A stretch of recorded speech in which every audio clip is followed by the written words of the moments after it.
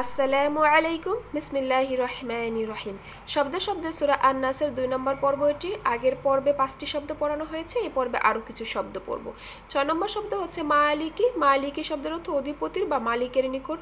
7 নম্বর শব্দ হচ্ছে নাসি। এই নাসি শব্দটি আগেও পড়ানো হয়েছে। এখানে হরকতের পরে নুনে তাসদিদ এসেছে।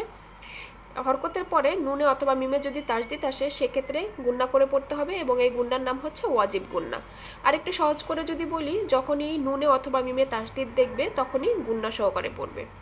এবং এখানে ওয়াকফের স্থান সিনে সাকিন হয়ে যাবে, অর্থাৎ 2 নম্বর আয়াত এখানে শেষ হয়েছে, এখানে সিনে সাকিন হয়ে যাবে এবং 3 আলিফ পরিমাণ টেনে পড়তে হবে। মদের হরফের পরবর্তী হরফে হচ্ছে ওয়াকফের স্থান। মদের হরফ হচ্ছে আলিফ খালি ডাইনে জবর এসেছে এবং পরবর্তী হরফ হচ্ছে সিন, এখানে ওয়াকফের স্থান, এখানে 3 আলিফ টেনে পড়তে হবে, একে বলে মদ্দে আরজি। তাহলে দুটি শব্দ মিলে একটি আয়াত হয়েছে। যদি মিলিয়ে পড়ি, মালিকিন নাস, এবং এর সরল অনুবাদ হবে মানুষের অধিপতির নিকট। 8 নম্বর শব্দ হচ্ছে ইলাহি। ইলাহি শব্দের অর্থ ইলাহের বা মাবুদের নিকট।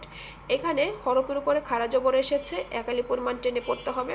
যদি কোনো হরফের উপরে খাড়া জবর, নিচে খাড়া জের এবং উপরে উল্টা পেশ আসে সেক্ষেত্রে 1 আলিফ পরিমাণ টেনে পড়তে হবে। 9 নম্বর শব্দ হচ্ছে নাসি। একটু আগে একটি পড়ানো হয়েছে, মানুষের। এর অর্থ এখানে ওয়াজিব গুন্না হবে এবং 3 আলিফ টেনে পড়তে হবে। মদের হরফের পরবর্তী হরফে হচ্ছে ওয়াকফের স্থান, 3 আলিফ টেনে পড়তে হবে এবং একে বলে মদ্দে আরজি।